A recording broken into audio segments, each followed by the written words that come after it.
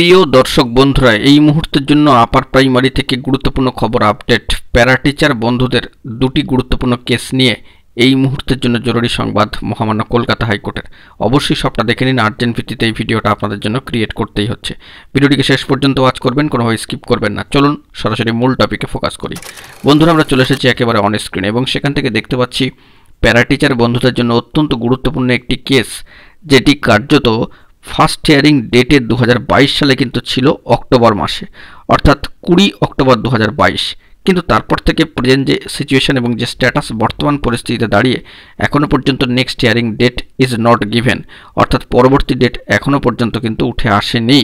WPA 23334 of 2022 এই গুরুত্বপূর্ণ মামলার ক্ষেত্রে দেখা যাচ্ছে যে এখনও পর্যন্ত স্টেজ অফ কেস অর্থাৎ মোশন পর্যায়ে থাকা এই মামলার next hearing date is not given, এখনও পর্যন্ত কিন্তু আসেনি।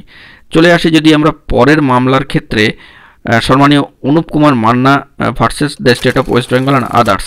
এক্ষেত্রে এই মামলা 2024 সালে 11ই নভেম্বর কিন্তু ফার্স্ট হিয়ারিং ডেট ছিল, কিন্তু নিউ মোশন পর্যায়ে স্টেজ অফ কেসের এই মামলার কিন্তু এখনও পর্যন্ত দেখতে পাওয়া যাচ্ছে যে next date is not given, এখনও পর্যন্ত কিন্তু পরবর্তী শুনানির দিনক্ষণ আসেনি।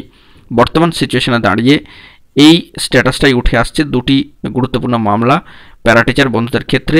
যা আমরা দেখেছি যে নামের তালিকা প্রকাশিত হয়েছিল, সেখানেও এই কেস দুটির গুরুত্ব কিন্তু উল্লেখিত হয়েছে একেবারে কেস নম্বর সহ। তো এই আপডেটটি উঠে আসলো এই মুহূর্তে। বন্ধুরা, এখন এইটুকুই আপাতত খবর আপডেট। তো পরবর্তী ক্ষেত্রে যদি কোনো সিচুয়েশন চেঞ্জ হয় বর্তমান পরিস্থিতির নিরিখে দাঁড়িয়ে, অবশ্যই সবটা তুলে ধরবো। তো এখন এটুকুই, সকলে ভালো থাকবেন, চ্যানেলটিকে অতি অবশ্যই সাবস্ক্রাইব করে রাখবেন জরুরি আপডেটগুলি পাওয়ার জন্য। ধন্যবাদ।